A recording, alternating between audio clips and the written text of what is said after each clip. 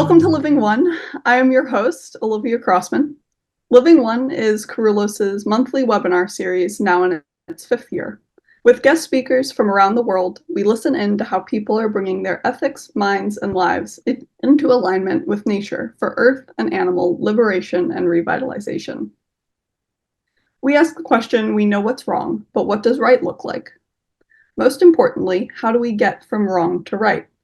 When there is so much to change and to heal, where do we begin? What's the first step? What is the path each of us can undertake to make positive, deep, transformative change, not only as individuals, but as a collective whole? What is ours to do? Let's talk about it. This year, Living One hosts and hears from individuals who have forged a range of unique and inspiring paths to help transform and heal Earth, animals, and human society. Join us for another year of rich conversations to learn how, individually and in community, we can take the necessary, concrete, timely steps towards a right world, a world of peace and wellness for all Earth beings. Our guest today is Dr. Lynn Rogers. Dr. Lynn Rogers is the founder of the North American Bear Center, located in Ely, Minnesota. He received his doctorate in ecology and behavioral biology at the University of Minnesota.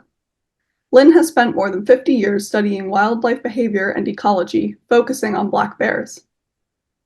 His bear work has ranked as one of the 5 major studies of large mammals in the world and is one of the longest conducted with a single species. For close to 2 decades, his research has centered on the more than 200 bears who live around the center. As a result, he has developed many deep, long-lasting relationships with bears and is an accepted member of their community. This dedication has dispelled the myth of bears as ferocious and dangerous beings. Dr. Rogers' work has indisputably demonstrated the complex intelligence, emotions, empathy, culture, and gentle nature of bears. Lynn lectures widely, serves as a scientific consultant internationally, and is the focus of numerous documentaries, including 13 BBC TV programs. Every year, thousands of visitors from around the world visit the center to learn about who bears really are. Before we begin, I'd like to take a moment to acknowledge that we are all currently on various different Indigenous lands. I am currently on the ancestral homelands of the Council of the Three Fires, which includes the Ojibwa, Ottawa, and Potawatomi. This land exists also as a place of trade with other Indigenous communities, including the Ho-Chunk, Miami, Menominee, Sauk, and Meskwaki. The Kerulos Center for Nonviolence is located on the homelands of the grizzly bear, takelma, daku bedite, coyote, coho salmon, golden eagle, and gray wolf. Finally, we ask that all of us here today participate with full respect and attention to each other in the spirit of peace and wisdom that Living One seeks to foster. So, without further ado, we welcome Lynn Rogers. Thank you. It's good to be here in this group. We're thrilled to have you, Lynn. Thank you so much for joining us. Oh. To get started, you are considered the preeminent black bear expert in the world, having lived and studied bears for the greater part of your life. Would you like to tell us a little bit about how this all started? Okay. Well, it wasn't a glorious start. Somehow I got selected to be into a prestigious department, a new department at the University of Minnesota, Department of Ecology and Behavioral Biology. Had top professors in it. I was just so lucky. And that was the university that was the world leader in the development of radio collars. And I was in on the ground floor. I could study. The reason they asked me to come is that I had somehow gotten selected to capture bears in Michigan for research. And then I asked so many questions about physiology, behavior, and ecology all the time, just trying to learn everything I could, that they called a guy that and he was a professor in this department. The guy came over and worked with me for a week, and I pestered him the same way with so many questions. At the end, he says, "I've got an idea for you to answer your own questions.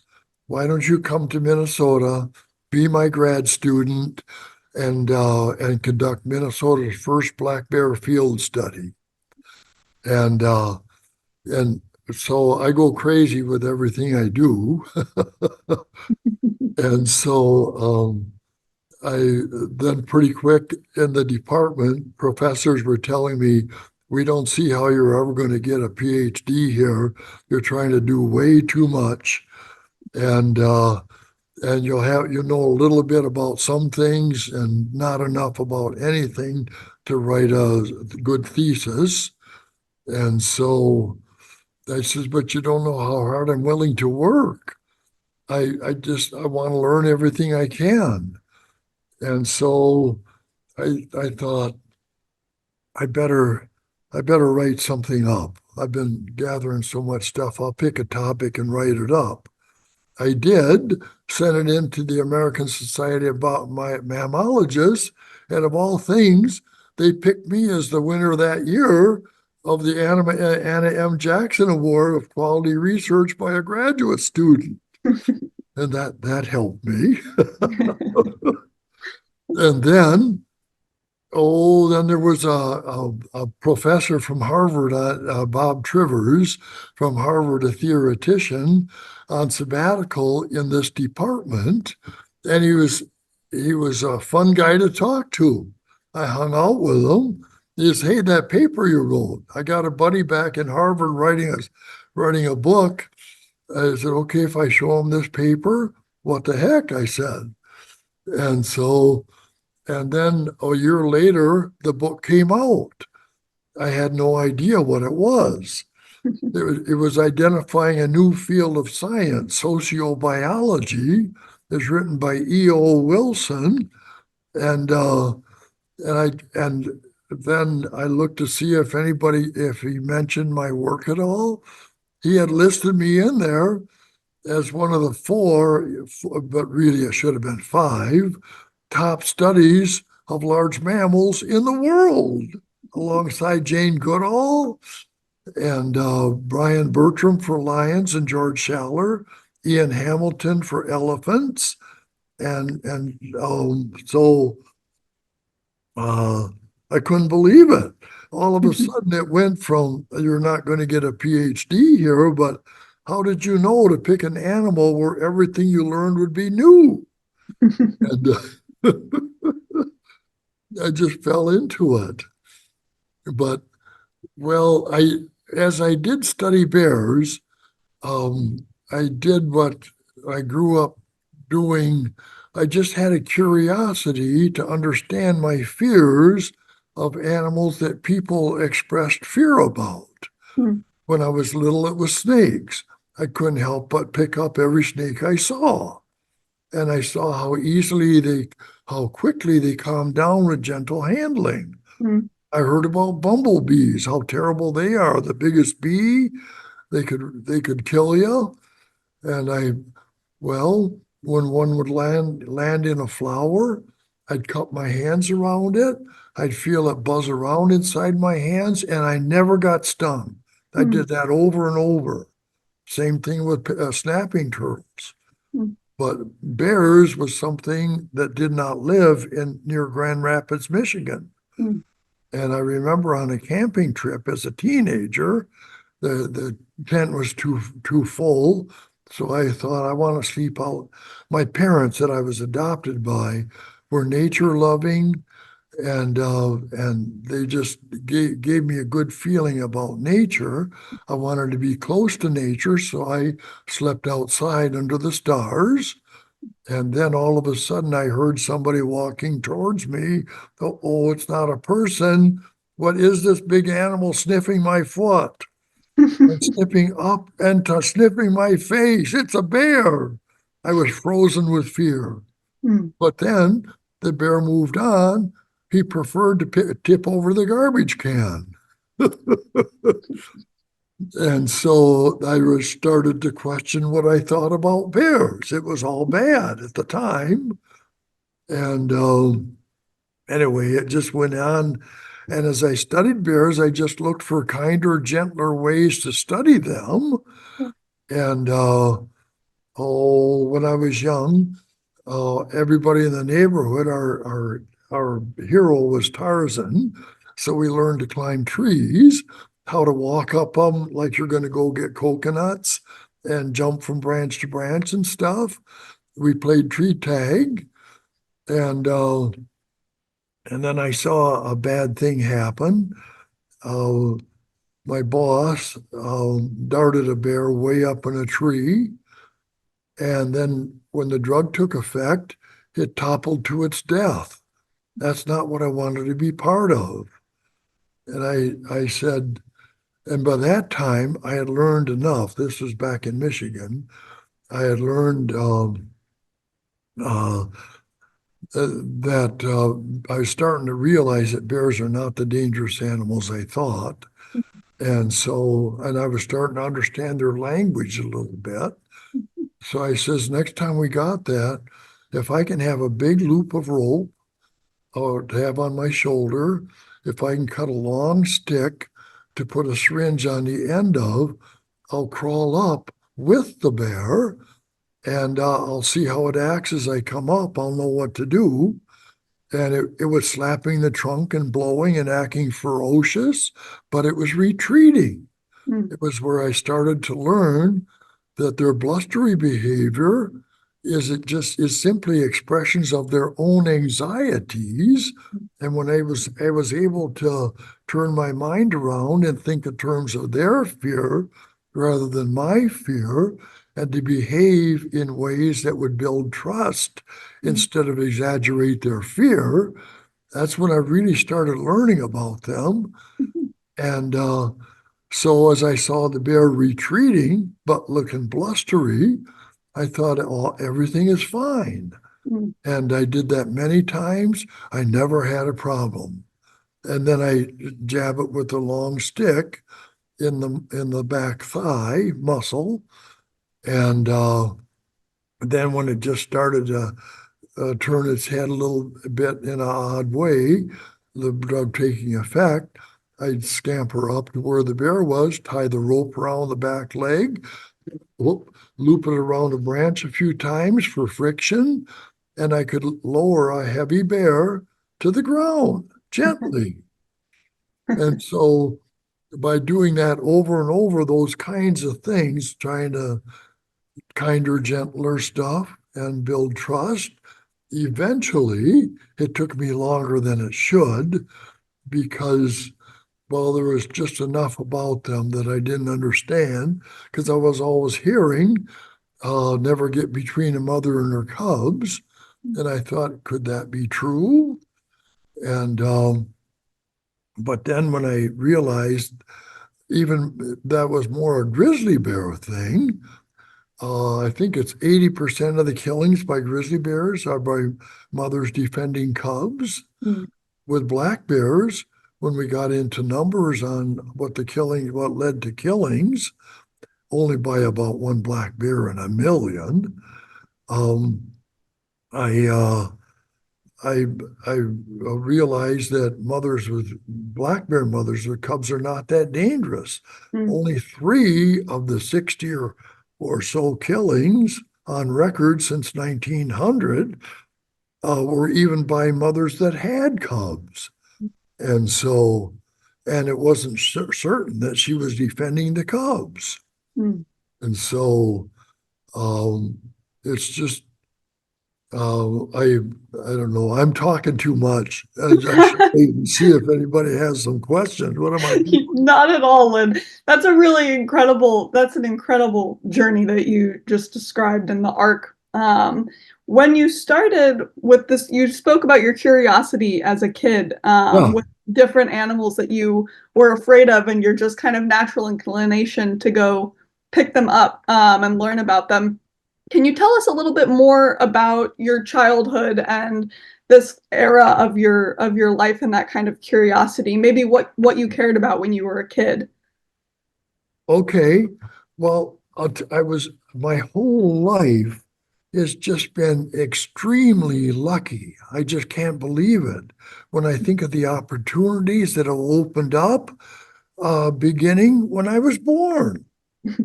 Uh, I, my uh, I eventually got to know who she was, but the woman who gave birth to me knew that she wasn't in a position to take care of me and raise me.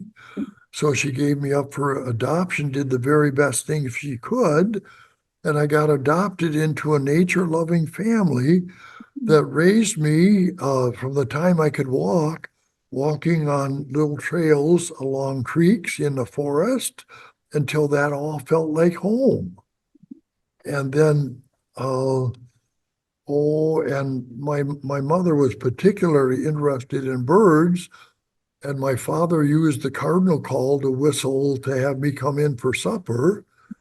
And the bedroom I had looked out into the branches of a mulberry tree, and I saw all kinds of birds there to eat those.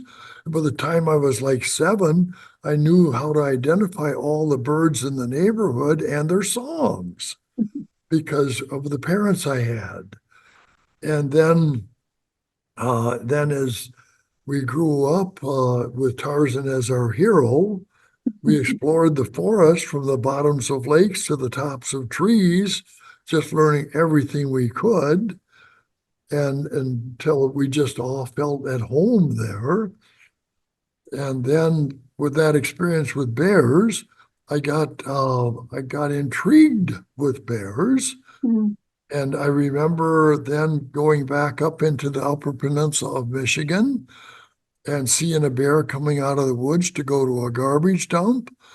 And so I grabbed my camera and walked over to where I could probably get a picture as it approached the garbage pit. Mm. And and the bear looked at me, click. It was my first cover picture that I ever took. And then when I got back to my car, there was a guy standing there with a rifle. Mm. What's the rifle for? I saw how close you were to that bear, and I thought if the bear goes to attack you, I'll shoot it. Mm. I thought, oh my gosh. And then I just realized how much people feared bears, and what I had just seen was not something that would make me fear a bear. It just didn't pay any attention to me.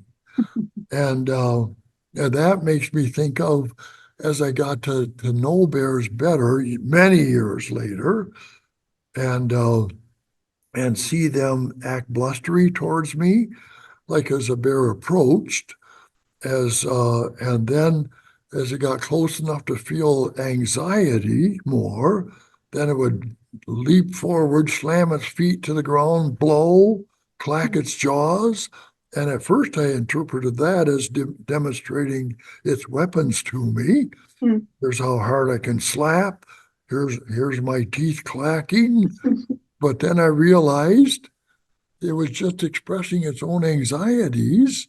And then I saw a bear up in a tree far away almost fall out Mm. and clack its jaws like that. Nobody to threaten. It was just expressing its fear. Yeah. I plugged that into the equation. And so then it got to be when a bear would lunge at me, instead of looking big and everything, I would lay down. There, do you feel more comfortable now? And then I found that if I tossed food to them and I'm laying down, they weren't so fearful. They'd come closer and closer. And when I saw that bear again do it again, eventually they lost their fear to the point that the bear would be right at me, right towering over me. And I'd put food, I was laying on my belly. I'd put food under my face, and it even dared to stick its muzzle under my face where I could bite it, but I didn't bite. And so then when a bear did that, um, I'd have my arm forward, and it would sniff my hand as it went by and come closer for food right by me. And then if I touched their elbow, they'd spring back like they were on a springboard. And but then sniff my hand. Oh, it's just him. I was building trust. Mm. Pretty soon, these bears trusted me enough that I could stand up Mm. and eventually I could walk with them. That's when I really started to learn.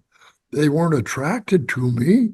I just was part of the woodwork. Yeah. I was, uh, I was not a friend, but not a foe. Mhm. I was not a threat, but not a significant source of food. Mhm. So I became inconsequential, and they would ignore me as I could walk with them as long as I was within easy identification distance. If I was too far back, they'd wonder what I was. And but I didn't dare to touch them because I saw how they would respond to touch. Mm. And then it would be a fast movement with the head, whirling toward me and stuff. Yeah. I thought, I don't want to violate my trust. Mhm. So I'm not going to touch them. And I didn't realize I was missing out on a lot Mm. because about a decade later, I did use trust, but I used it more persistently. And at first, I'd see their fearful reaction, but then they came to ignore that, and I could stroke their back and build a very deeper trust. Mm.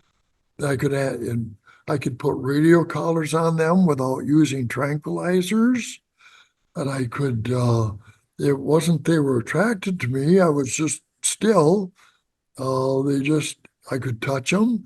I could check them for injuries, and it was just. It was amazing all Yeah. that I missed out by being too cautious. Mm. And anyway, I answered that question way too long. I know.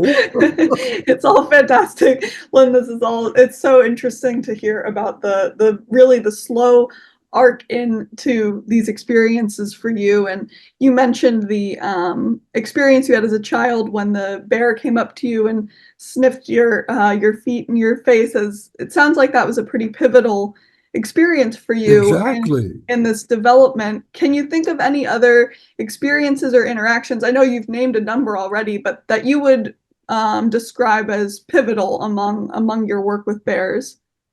Um, well, the biggest discovery was that their bluster was expressing their own fears, so Yeah. I could turn my mind around and think in terms of their fear rather than my fear. Hmm.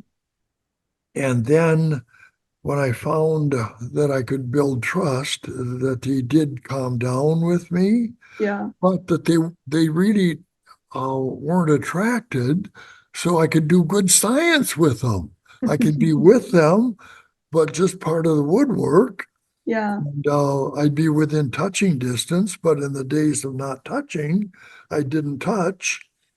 But they became so comfortable with me being there, they paid no attention.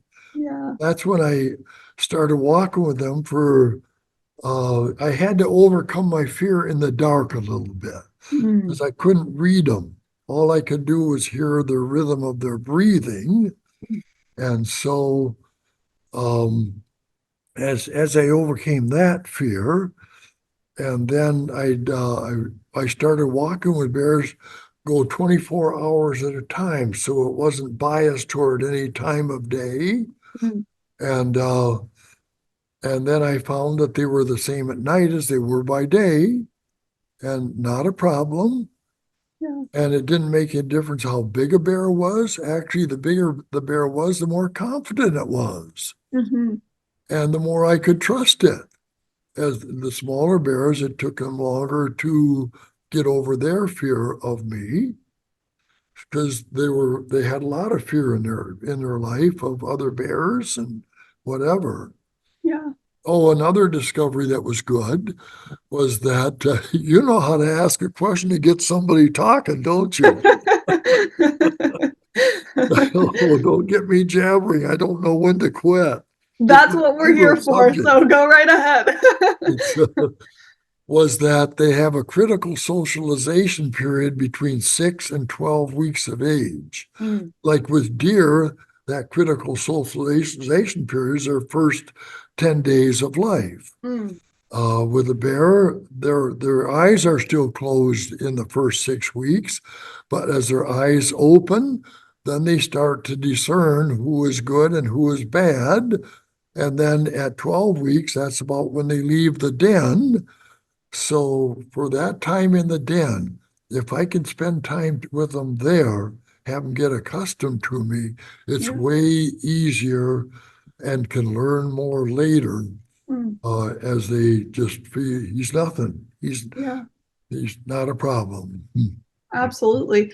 And you mentioned you've said in your work before that you see and have worked with bears as co-researchers and partners in this process. And it sounds like the development of trust that you've been talking about is probably critical in this process. But I know that's a relatively unusual view, excuse me, for a scientist, a researcher, to see those that they're researching as important a part of the process as anything else. Do you want to tell us a little bit about that, the bears as your partners in this research? Oh, bears are partners in my research. Yes. Yes, yeah. I thought they were. I mean, they were letting me learn from them, and they'd take naps. They'd nurse their cubs. They'd climb trees. They'd dig dens. Whatever they were doing that time of year, they just let me see.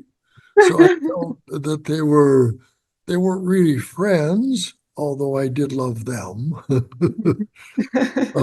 They didn't think of me as anything, just I was part of the woodwork. Yeah, And yeah, so, yeah, that's boy, incredible.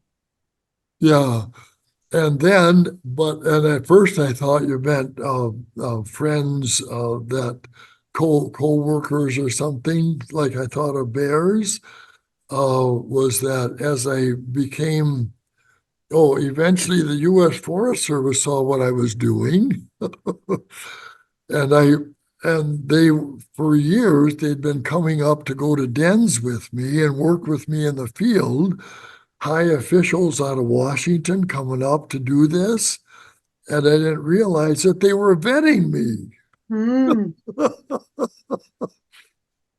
And so then they Well, then, so then, and when I was, then they created a research scientist position for me Mm. to help them with forest ecosystem management Mm. by learning the needs of various animals that they wanted to manage for.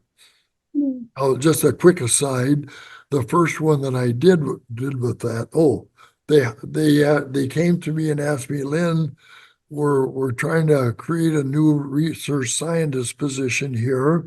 They didn't tell me it was for me. And in the meantime, another big thing that I couldn't hardly believe how this all came to pass, but I got uh, oh when some mean guy told my uh, sponsor, don't give him any more money. We got to drive him in out of the field. If you give him more money, he'll spend more time in the field. And we want him to come in and finish up his degree and get going. Well, it's because I'd made a mistake. I I told him that when he wanted to be my co-author on everything I wrote, uh, I says, no, I don't think I need that. I had a good English teacher in the sixth grade, and it was Al, my original professor, that he'd moved on. I says, he's the one that brought me here. I had designed and did everything on my own, so I don't need a co-author. Yeah. And so I was of no value to him, and he told my sponsor not to give me any more money. But Mm. that was a big, big blessing. I thought, okay, if I run out of money, what am I going to do? I want to keep doing this. Mm. And they told me, this is not a department that does research, it trains students. I says, but I want to do extra good in my study because I says maybe somebody will give me a job as a research biologist. Mm. They have good luck with that. There's hardly any positions like that, but maybe they'll make a position. And and so then so anyway, I found out where all the money was and how I could continue my study year after year, totaling 17 years, it turned out. Amazing. Um, I I found out that all the big money was in the national conservation organizations located down in Washington. And the biggest one, most likely to help me, was the National Rifle Association, which had a Department of Conservation at that time. And I called to see if I could maybe apply for some money. And I ended up talking to the head of the department. We hit it off. We became friends. And he had me as they gave me money. But then I found out that all these conservation organizations are all on each other's boards. They spread the word at meetings, and he helped spread the word. The projects you want to give to is Lynn Rogers Bear Study. And so I was getting calls from conservation organizations.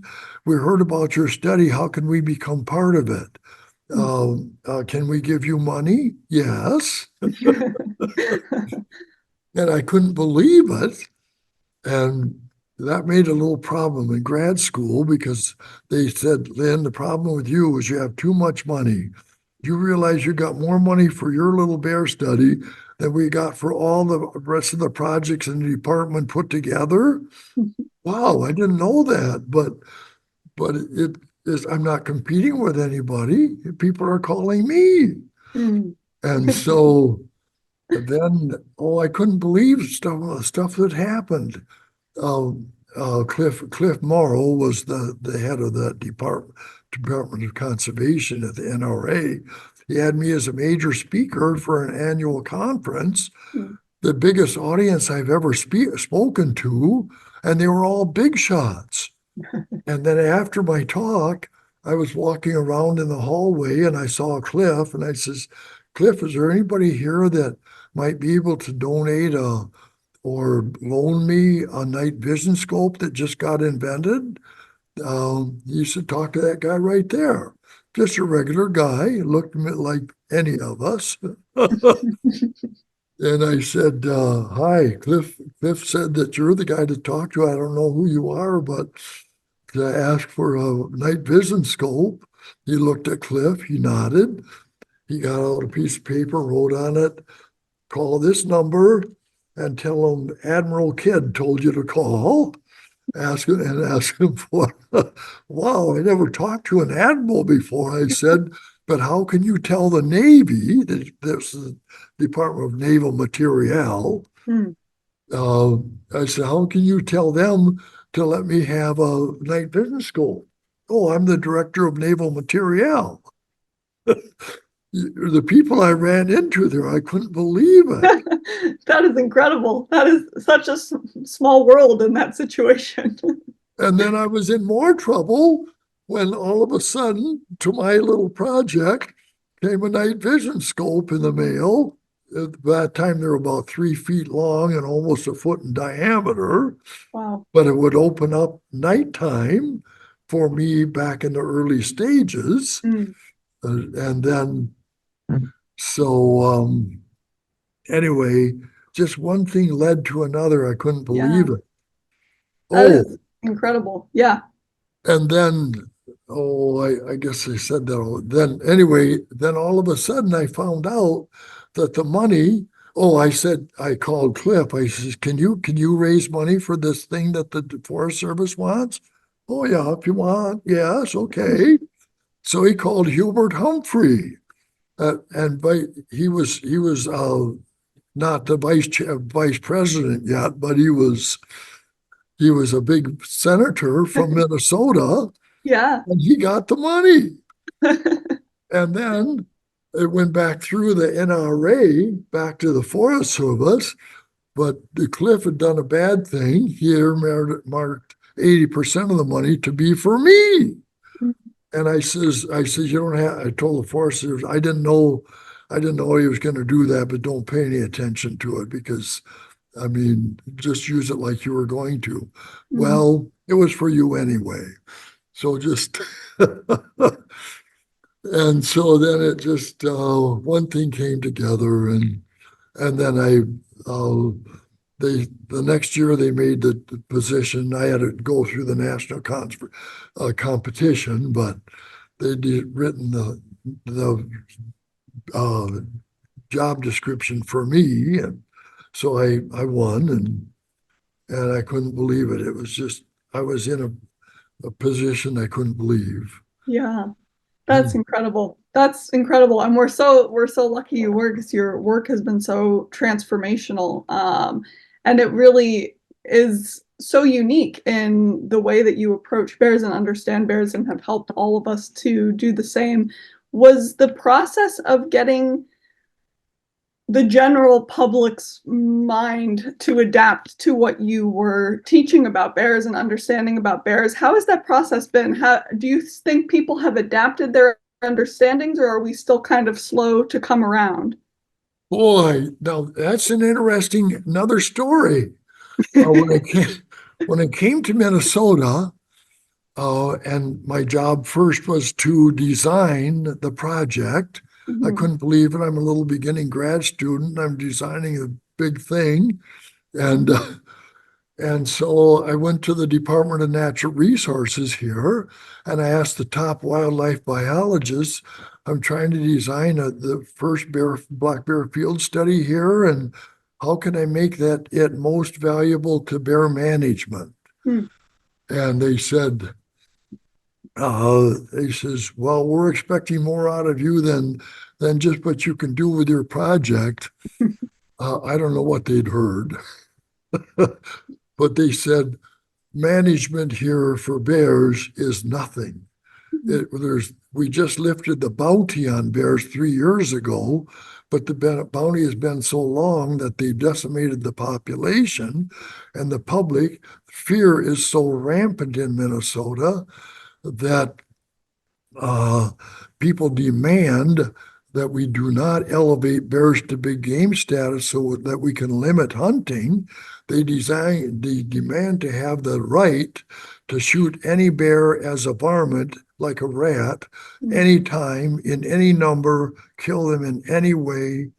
And so what we want you to do is change public opinion, write and pass legislation elevating bears to big game status. And then we want you to write uh, bear hunting regulations that will take bear management here in a totally new direction, so that we can recover the bear population. And I wrote a whole bunch of regulations to make it the most um, uh, the best bear hunting laws anywhere, best for bears that would reduce wounding loss, reduce orphaning, reduce killings of females, and everything I had learned by that point. It took me 3 years to get to that point to where I was doing this, but uh, every I and just every many things, they all became law. Hmm. Hmm. And so, but then in the process of that, of trying to change public attitude, I didn't know how I could do that as a brand new little grad student. But I found out that anybody that studies bears gets a lot of media coverage. That Hmm. gave me a voice. Yeah. And I was doing such different brand new studies Yeah. that the media coverage was immense. Hmm. And so that helped me. And the public started to turn, and I got invitations to many places to give talks. And then I spent a lot of time talking to legislators to prepare for, passing the legislation. Hmm.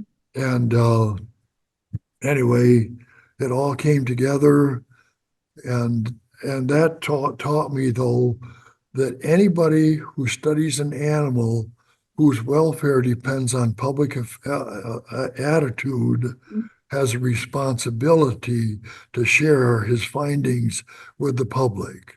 Mhm. And I've tried to do that my whole career, but it wasn't really until 2010 when all of a sudden it happened at the level I was hoping. And that was when den cams, a new advance in in webcams, which I used as den cams, and the internet all came together to have it go worldwide. All of a sudden, my findings were being heard in 132 countries, and I was finally able to change opinions like I'd always dreamed, but never been able to. And then, and then the BBC, that's the British Broadcasting Company, Mhm. they saw what they wanted to be part of. And they designed a new series, Planet Earth Live, that they broadcast right here from Ely, Minnesota, to the world, and it would reach each one of the programs in the series would reach 250 million people. And then they also created 5 worldwide documentaries about my thing. And right now they're doing a feature film story of my life that'll help me get the word out again. And so and it's and some people say I'm famous. I don't feel famous. I'm doing the best I can, and I know how much needs to be done, and I can only do so much. I just want to reach the world and have other people get out part of the mission, become the part of the mission, and try to have people understand bears for what they are, for what I wouldn't be here if they weren't like that. Mhm. Trusting and shy, and I've never had a problem. I've never been attacked.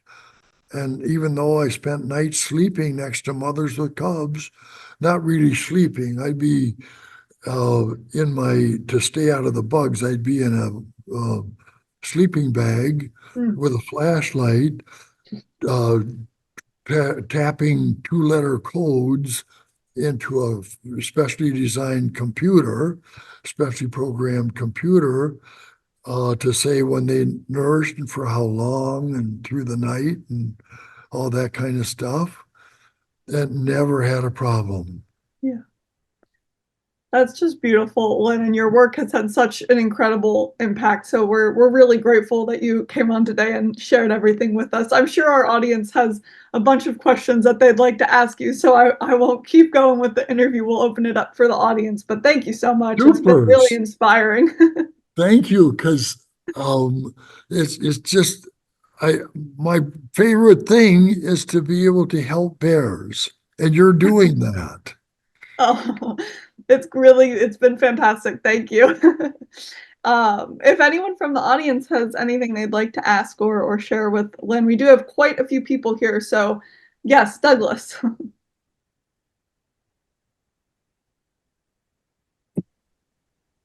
Yes, thank you.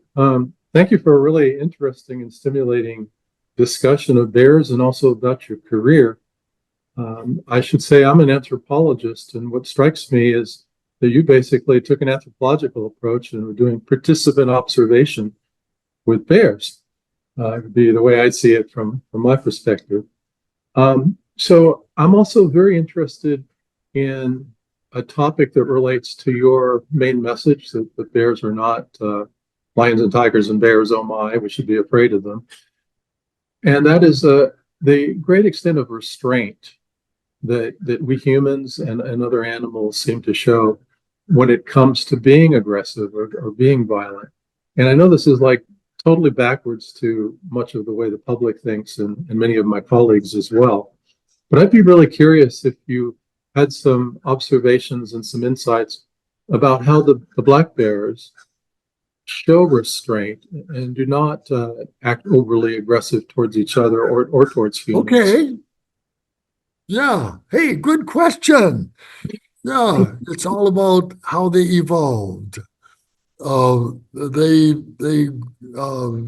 evolved here in America, and but during the Ice Age, when there were so many powerful predators that they wouldn't have stood a chance against.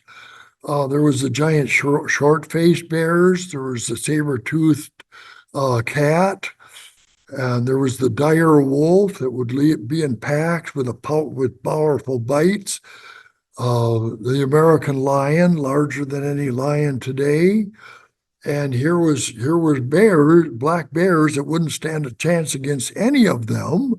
So they developed an attitude of stay near trees, run first, ask questions later, and they were the only one of all those predators that could climb a tree.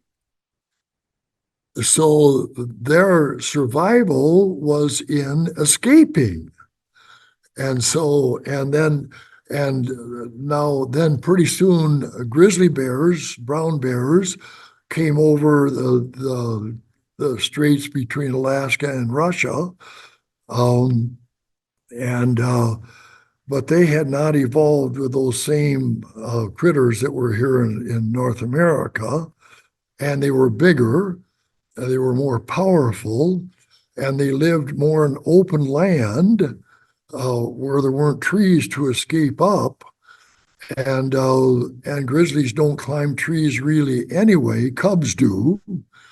So whereas cub black bears run to trees for safety, uh, grizzly and brown bear cubs run to their mother for safety, and she can be defensive because there's not much out there in America today that could give her a problem. So she can be way more. She take risks. But on the other hand, another kind of bear, polar bears, they are even though they're the largest bear, they're almost as risk averse as a black bear. And they because if they get injured, they die. If they get injured, they can't capture their prey. They can't dive their skinny head down in a seal's air hole and pull the seal up. They can't walk 100 miles to the next lead where there's open water for seals to live. And so, I don't want to get carried away talking about, but I found that all of these animals, grizzly bears, uh, as they get, and everything is the opposite of what most people believe, because most people believe if an animal loses fear, it dares to come close to you and becomes more likely to attack. The real thing is, and I was a guide up in Alaska for 11 years, 2-3 weeks of the year, trying to learn how brown bears compare with black bear in their behaviors and their vocalizations and everything. And I found that the more fear they lose, the less defensive they are. So I did stupid stuff as a guide where other guides would see a bear coming towards them. They say, oh, one's coming towards us. Everybody gather together, open your jackets, look big, take your plastic bag out, shake it over your head. And as a group, they would scare the bear away. But my groups, and I had over 200 people on the waiting list to get in. I'd say when a bear was coming, hey, one's coming towards us. Let's all lay down and see how close it dares to come. And sometimes we would touch them. If they dared to come that close, they didn't feel they had to be defensive. And if you reach out, the bear would sniff your hand. And so, and it was just, and with polar bears, when I was about to go up to take pictures of polar bears, I saw a National Geographic special, and it was about a guy in a cage, and polar bears gathered around. Then he got back in the tundra bus and said, "That was an experience. Those bears wanted me." And 2 weeks later, I was up there, and if we'd see a bear, we'd head right back to the vehicle. I mean, if it would look at us, we'd head right back. Then I ran into a guy that was there when they filmed that program that was on National Geographic where I saw that. They said, "Oh, I was here. Don't be afraid of that," they said. I was here when they filmed that. The only reason those bears were interested in that cage at all was that they poured sardine oil in it and on it. They were there licking the bars. Watch it again. And so, oh my goodness. So then I walked out on the tundra a couple hundred yards until a polar bear out there noticed me. I laid down, acted like a seal, and got great pictures of it coming stalking and then being, "What is that?" and standing more upright. And 12 feet away, it stopped. I took the pictures on the front of the North American Bear Center here. It wasn't even looking at me. It's just a stupid human. He would look over me, far away at something. And so, anyway, I found that polar bears were not near the dangerous animals I thought as being the most carnivorous that I thought. Everything turns out to be not as dangerous once you know. That's great, Lynn. Thank you. And thank you, Douglas, for your question. We have a question that came in the chat that I'll read out from Pam, who is wondering, "Lynn, could you please share some of the knowledge you have about bear communication vocally, face expressions, body language, and so on?" Oh, what a good question. Do we have time yet? We're here as long as you're comfortable. If you need to wrap up, just let me know. But otherwise, yes, we have plenty of time. You're giving me an opportunity to do what I like to do best. Yeah, yeah, yes. And I I at the North American Bear Center, that's one of our favorite, the public's favorite exhibits, a push button exhibit, and you hear the various bear sounds. And well, they're little grunts. That's a happy sound that says, "I want to get close by you." And males make that to females during mating season, or their even more intense sound, which is the tongue click. I can't hardly make it. It clicks. It's a click down in their throat we're using their tongue to help it. And that means, "I really, really want to be close to you." They say that when they're approaching to mate. And then if some other sounds, they have the moan of fear. They have a mourning sound that a mother that had lost a cub was making as she nursed her two other cubs. Everything was normal except one was missing. She could count to three. She knew each cub individually, and she was mourning. And when I asked the second grade class, "What was that bear saying?" and they told me the bear was crying, and they were just right. And so, there's a number of other sounds, and huffing, like they make the sound like that. And that is and I hear people that go camping and a bear goes up in a tree, and then just before it's going to come down, it makes that sound. They think that means the bear is coming down to get them. No, it means the bear is getting over its fear and that it's not worried about you. And when a bear runs away, when it stops, it makes that sound. Mm. And so, oh boy, it's yeah, that's what helped me to get over my fear the most Mm. is learning their vocalizations and body language. Mm. Body language, I guess I mentioned that. Just when I see a bear that's calm and dares to come towards me, it just does my heart good. And I know that it doesn't like me, but it trusts me. It doesn't think I'm bad. So, That's beautiful. That's really beautiful. Thank you for your question, Pam. We had a brief conversation go on in the chat that I'll share with you, Lynn. Someone named Carrie is wondering about joining your field studies, and oh Judy yeah, was explaining that those happen every July and August, and was sharing how to get registered for those. Is there anything you'd like to add about those courses and studies? yes, yeah. Oh, let me tell about the environment of those courses. Yeah.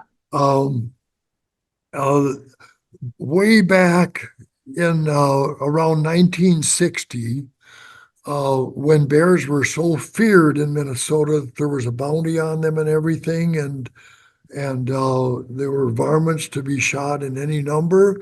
There was one community, Eagle's Nest, they call it. That's where the Wildlife Research Institute is. Because of this reason that I'm about to tell, um, one community realized that the old beliefs of the time were fallacies, and it realized that bear problems are due to bears' hunger, not because they lost fear, not because somebody has fed them. It's that they're hungry, and uh, and so this community started diversionary feeding. Mm. And especially during years when there's a berry crop failure and bears elsewhere are going into residential areas, being killed as fearsome nuisances that are looking for tidbits of garbage and bird seed. Bears in this community are going to a dozen diversionary feeding sites, being welcomed with substantial food and staying out of trouble. The community that did everything opposite from what a person would say was became known for peaceful coexistence and their lack of problems. And I looked at DNR records during my first 10 years of research, and bear complaints were 80% below the statewide average per bear. It was and there were only two complaints in those 10 years, both by the same person, one for a bear at a bird feeder and one for a young bear peeking in a person's window. And nothing serious, no attacks, no aggression. Mhm. They got it right in this community. So one of the reasons I picked that place for my most recent 30 years almost, studies was that everything was so opposite but worked so well. They diversionary feed to this day. And so we hold courses there. Oh, when I came to that community, some of the bears there allowed me that I never saw before, but if I was in the right place, because a lot of uh, habituation, getting used to something, is location specific. Mm. And beyond that, to an extent, it's individual person specific, Mhm. and or it just depends on the bear's personality. Mm. So anyway, yeah, people come there. Oh, I shouldn't tell this out loud, but we hand feed the bears has been going on in this community for almost 30 years. No, in this community, since then, that's 66 years Wow. since they started this, and they're known for their lack of problems. And so it's just actually everything I heard that you shouldn't do, I've done to test it. And just about everything that I've tested turns out to be, it was a crock. Good. Well, now we know. And it sounds like some people are interested in getting registered for that, who are here today or who have already participated. So that's great. And thank you, Judy, for sharing the info about how to get started on that. We actually had a question come in about bird So, feeders. I want, what I should say, I don't know if I said it. I'll just say it quick. Go ahead. The people that come to courses can't believe how fast they get over their fear and interact with bears the same way that we do. Some of them take stroking down the back. Wow. Some of them you hand feed.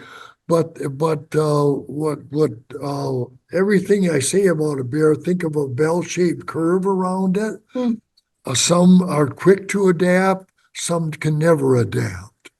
So we just go by the individual personality and we've been doing these courses for 21 years without a problem. And I'm the only person in the world that's stupid enough to let the public interact directly with wild bears to do that without fear of getting sued. Because nothing happens. That's great. That's great. I apologize if I mispronounce your name. Rick Reich is wondering about your thoughts on bird feeders, Lynn.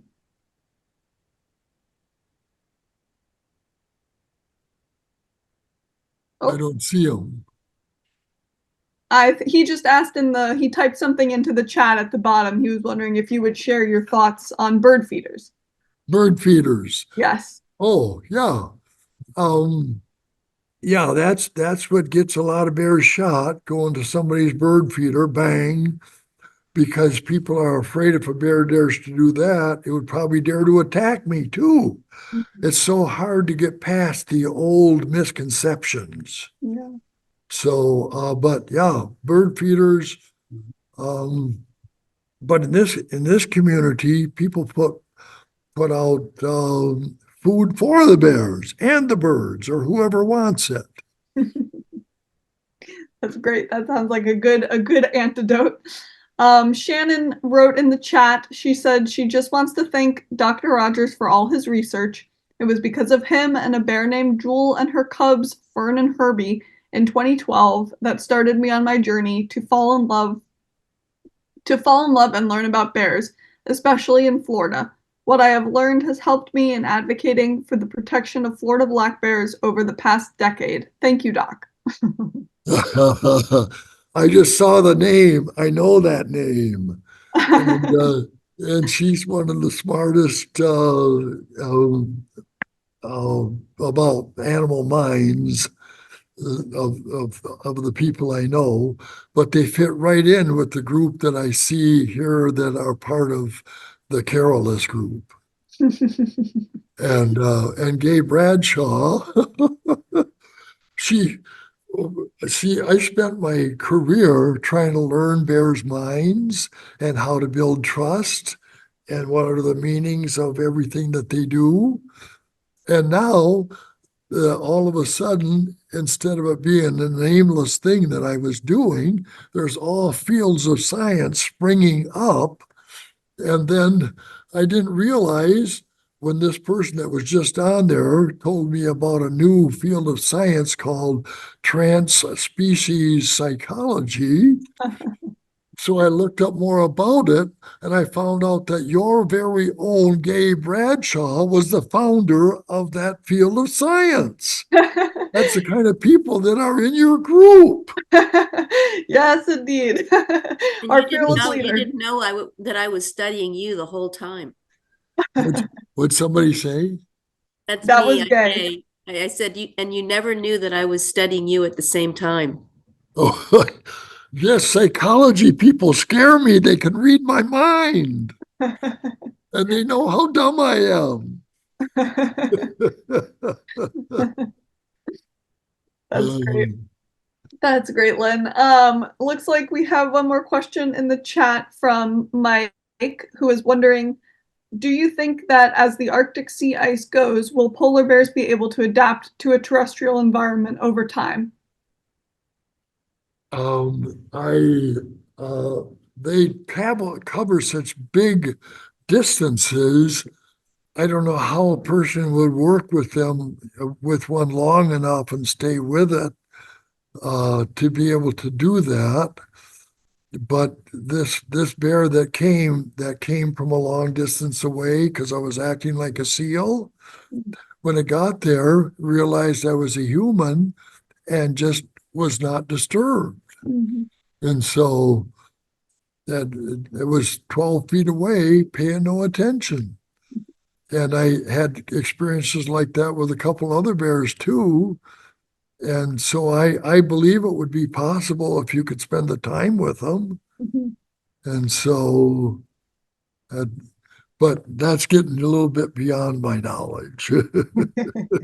So I should say, no, maybe you better not go out and try that until somebody else does. Thank you for your question, Mike. Does anybody else have anything that they would like to share or ask here today before we wrap up? Gay. I do. Hi, Lynn. It's Gay. I did. There's so many things I'd like to talk to you about, and we'll probably have to talk on the phone. But one of the things that I've always found so misconstrued was this whole idea, and it's particularly important, like with bears. It relates to a couple of comments and questions people have had about quote unquote feeding bears and Yeah. feeding wildlife. And there's this force field, like it's so negative. And yet, and maybe Doug Fry, our anthropologist here, can comment on this or, get in the dialogue, is that, the breaking of bread, the sharing of food. And this has been my own experience here in Oregon with the wildlife with whom I live. It's not feeding as much as it, to me, it's really a sharing, and it has a very profound and very deep meaning for wildlife. Yeah. because it's and I think in our modern world, we those who have access to food readily really don't appreciate the depth of what that really means in terms of, like, the term breaking bread. In human cultures, the whole idea of breaking bread is, bringing people together and sharing, not just in the physical sense, but at these various levels of the psyche and culture and social and soul. So I just thought maybe you could, talk a little bit about that in terms of what that means for a bear. I mean, that's not um, that's not no small potatoes. It's more Yeah. than just feeding something. It has to do with like you had talked about, a very deep kind of participating in the world together. Yeah. Yep. And food is the key to building a relationship with a bear. Otherwise, they wouldn't stick around long enough for you to have it build trust. They just would, and there's so much misconception out there, just like you said, especially around feeding. And like I said, for this community that started feeding, and that's when the problems disappeared. They overcame their problems by starting diversionary feeding. It led the bears away from the bird feeders where they might not have been as welcome. But this was basically a nature loving community in general, too. That's why it could work there. Uh, whether diversionary feeding works or not depends on the attitude of the people. If they're willing to accept animals that will ignore them and pass by as if you're nothing. In this community, that's not cause for a complaint. So there's practically no complaints from that community. So it's a complicated thing. It's all a matter of the different degrees of people's fear and yes, and yeah. But the more people learn, when people come to the courses, one nice thing, well, the reason I gave up giving lectures and went to go these field courses, because they're so much more meaningful to the people. I could talk till I'm blue in the face about bears not being a danger, but until they experience it and feel it in their heart, that's when it makes a difference. So many people that leave these courses um, become missionaries for bears in their home area. And it's amazing how people come back from around the world, New Zealand and Australia and Italy and England and all um, over and over. They can't get enough of it because it's the one place where they can feel unity with other people and their beliefs about bears and be right with the bears, learning from the bears themselves. And no expert can tell them they're wrong because they were there and they did it. And they can't tell me I'm wrong because I would have been killed years ago if I was. Well, the other thing you're talking about really is, and I notice, the commonality, of course, with you and Charlie is just examples of self-confidence and kind of the people who come to the courses, I would imagine, that they themselves have really changed psychologically, in terms of their self-confidence, in terms of how they view themselves. Is that something that you have found noticeable, not only quote unquote, just with the bears in there, but in the sense of really being transformative of who they are in the world and develop very deep confidence? Yes, yeah, yeah. Some of them say that some of them do come saying, I heard about this course and I want to get over my fear so I can walk with my husband better in bear country and stuff like that. But it's there. A lot of it is that people love wildlife so much that they just want to experience it closer. And I would say that that enjoyment with wildlife is becoming healthier. I mean, you feel good, and Yeah, and that's really sort of dissolving all of these centuries of what I would call propaganda about being fearful about bears. yeah, And I've always found that really intriguing, where people are terrified of bears, and I ask them, well, why? I mean, did something happen?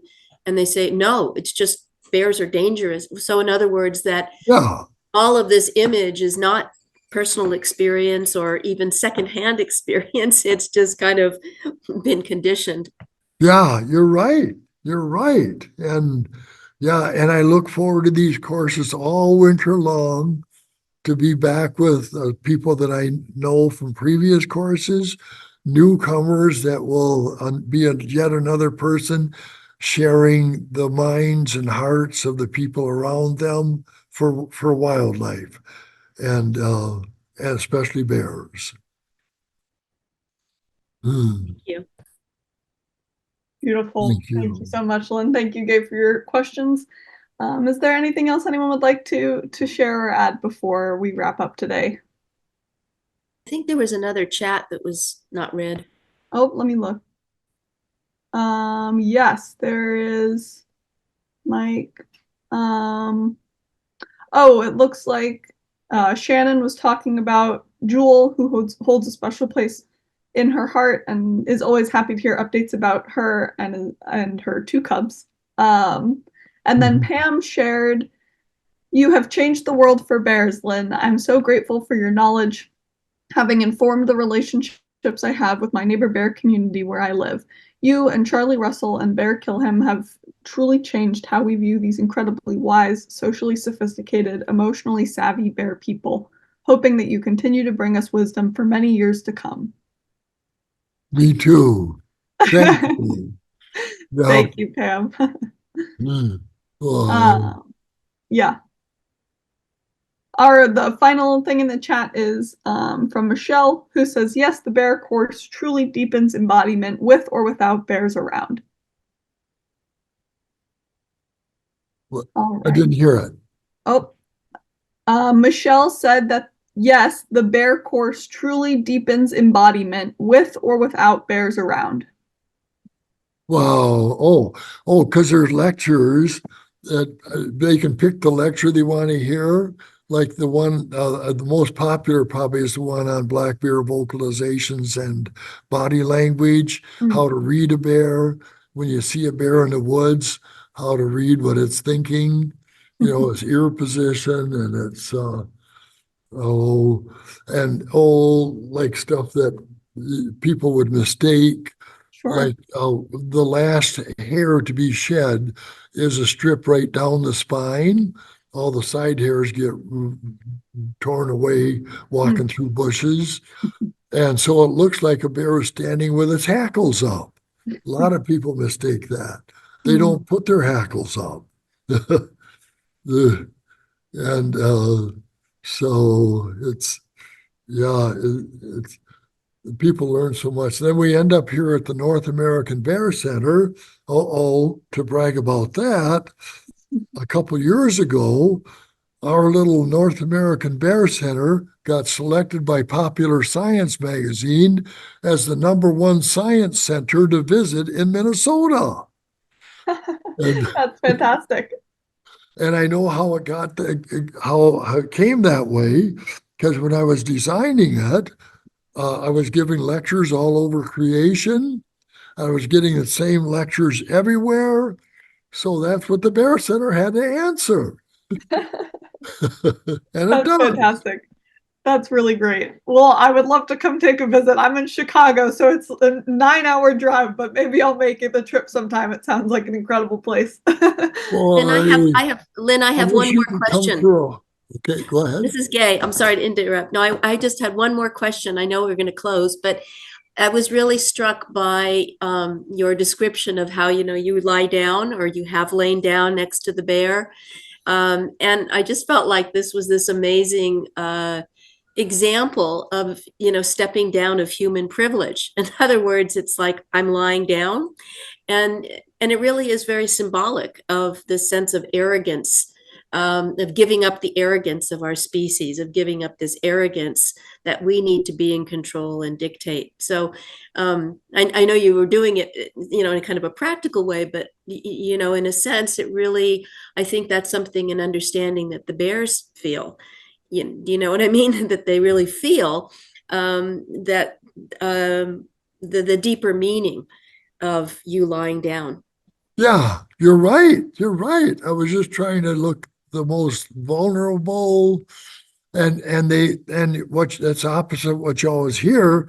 Don't look vulnerable to a bear because it could trigger a predatory response. And never run from a bear, they say. But what I hear from actual people, I saw a bear, I ran one way, it ran the other. And so Well, that was something Charlie Russell used to talk about, about how, his own arc, about his arrogance and his arrogance got him into trouble. Right.